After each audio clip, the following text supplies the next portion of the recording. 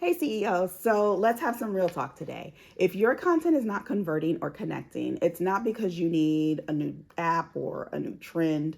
It's because you need balance, right? There are three types of content that build a brand that people actually buy from. And once you master those three, people will stop just scrolling past your post and actually say, "You're talking to me." So I want you guys to grab your notebook. You guys know every time we start a video, you might as well go ahead and grab it. Grab your notebook because by the end of this video, you're going to know exactly what to post, when to post it, and how to post it with purpose. So when I first started posting online, I literally would just post whatever I felt like at the moment. So it might be a quote, it might be a random advice that I wanted to give to somebody, it might just be a selfie of myself. It looked very busy, but it definitely was not strategic, right? One month I'd get engagement, I'd get new followers, and then the next month it would be crickets. And sometimes those crickets were from me because I wasn't feeling inspired, so I wouldn't post anything at all because I was giving my audience pieces of me, not really the full picture. Okay. Once I learned these three content types, everything shifted. My audience started to grow faster. I got consistent inquiries, and normally if I get a consultation, I can close the deal. And my message finally stuck, and I started to reach the people that I meant to reach, like you. So let's start with the connection content. And this is the content that makes people fall in love with you, right? This is the content that shows your heart, that shows your personality, that shows your journey to getting here, and the human really behind the brand. It's the stories that get your followers to say, "Oh, I get her. I can relate," right? So here's what it would look like in action. You reintroduce yourself and share why you started your business. And a lot of times people are like, "Oh my God, I've already said this a million times." I promise you, when you post it now, the same people that saw it before are not going to see it now. And even if they do, there's still going to be some new people that have absolutely no idea why you actually started your business. They just saw you start. So give them something that makes them say, "Oh, I understand and I get her," right? Another example is you show behind the scenes. And this could be a moment of you setting up for a pop-up or you making a new product if you're someone that actually makes products custom or something like that. Anything behind the scenes that actually shows you at work doing something. People love to see that. Another example would be talking about a challenge or a lesson that you learned. The goal is not to impress, it's always to relate. And a lot of times we see people like on Instagram with all of the nice cars and the things like that, and people can't relate to that. I need to connect to the struggle because people connect to the struggle more than the success. I'm really big on watching vlogs on YouTube, and I've even had to kind of pull back from watching some. And I'm not gonna say I had to, I just subconsciously chose to, because when I started my journey with them, I could relate. They were on my level. They gave me tips that I could actually use. Some get to the point where, and I love it for them. Trust me, I love it for them. I love a six-figure content creator, girl. Get it. But they get to a point where they're talking about things that I just can't relate to. Honey, I can't go to YSL and buy $2,900 shoes. It's just not going to happen. Now, it might happen, in the near future. I'm claiming it. But right now, it's the polished version of her. And it kind of makes your audience start to feel like, "Oh, well, it's not attainable. This isn't for me. This is not aimed towards me. So you want to also share challenges and lessons that you've learned because people will love that. So I always tell my clients, post from your process, not your results. Go all the way back to when you first started and think of how those people were thinking. And that's what you use to create your connection content and build that emotional equity. Emotional equity turns into loyalty a lot of times. I feel loyal to someone that I can relate to. Okay. Next up, we have value content. This is what positions you as an expert. It's where you teach, where you simplify whatever it is that your product will help them simplify. And it's where you actually solve problems. So we want to ask ourselves, what does my audience keep asking me? This is like the best thing. That's like a content goal, gold. actual gold, like gold. Because if you can see what your audience keeps struggling with, you can tell them how to fix it, right? So examples of value content would be a quick how-to tutorial. If you watched the video from last week where I went over how to create 30 days of content in 1 hour, that would be a quick how-to tutorial. I gave value. I gave you something that you can actually leave that video with and do those steps, and it actually affect your business, actually affect your mindset, right? So I gave you value. You can do something like breaking down industry myths. Maybe there's something that people think about your product that is not true. And you're just hoping, you complain to other people. You're always saying like, I don't get why they don't understand that that's not what it is. You're not telling them. So build value by breaking down that myth and telling them that no, it's not like that. This product will actually do this, whatever it may be.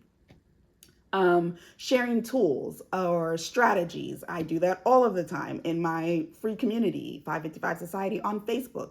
I'm always sharing tools and strategies that you can actually use to make life as a CEO easier. So these are key.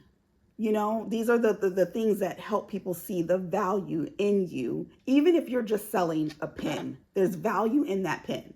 And you need to tell me why I need this pen instead of some other pen, right?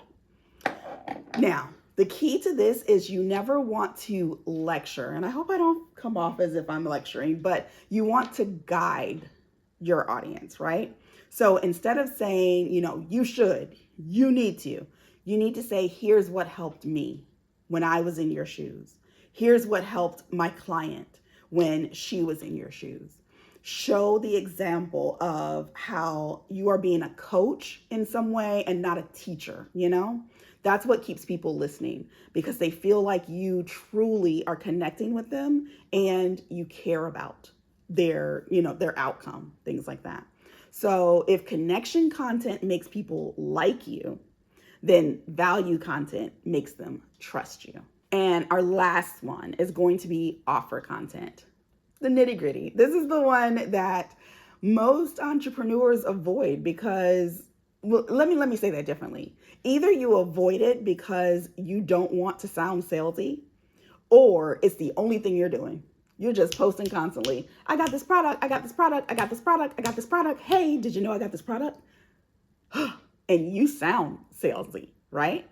So we want to sell without selling, okay? So this looks like sharing what your service or your product actually does, okay? Of course, we're gonna include a call to action, but the video that I'm showing you might be showing you just what the product actually does. It cleans this, or, it makes you look pretty, or whatever it is. I'm just showing you, right? I'm not, hey, you wanna buy some earrings?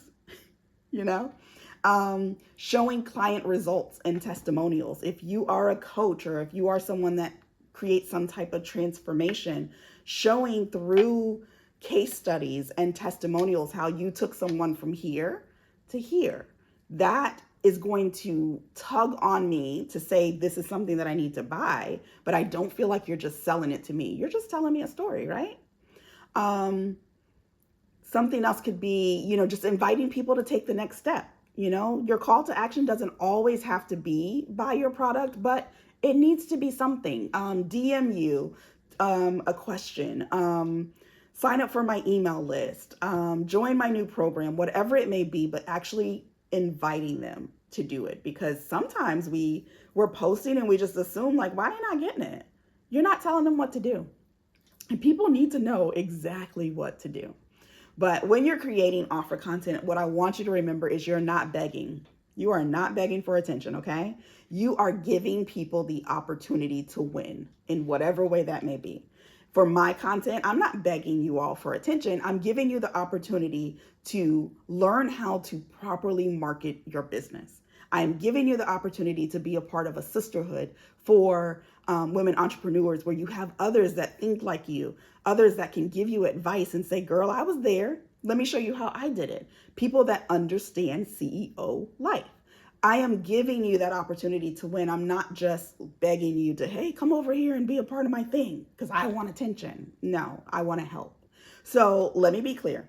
Posting value without ever making offers is basically just like giving out a recipe, but never actually opening a restaurant. I'm not going to sit here and tell y'all how to make my chicken Alfredo as Olive Garden. I'm not going to sit here and tell you all of that. I'm going to tell you, come in here and get this. Come get my chicken Alfredo. You're going to like it.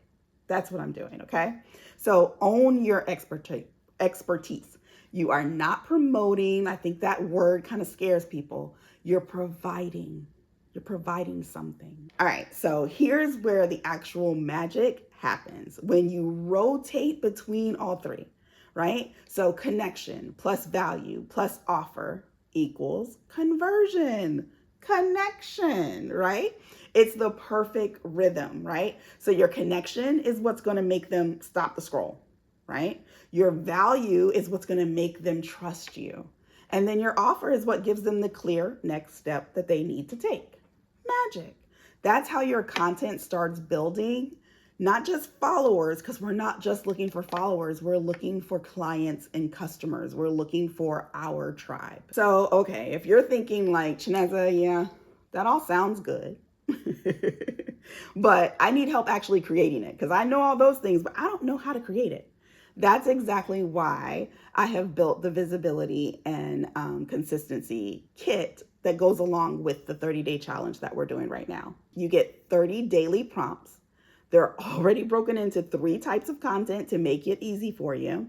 So you can plan, then post, and then start to profit without second guessing and overthinking. So grab it. I have linked it below for you to go ahead and grab it. And then you can just start mapping out your content. Go back and watch the last 2 videos for this series also, because it's going to help you, especially that creating 30 days of content in an hour. I'm walking you through how to do that using this very kit. So now, if you haven't already, make sure you hit subscribe, please. Next week, I'm going to wrap up this whole challenge and I'm going to show you how to do a CEO prep day is what I call it.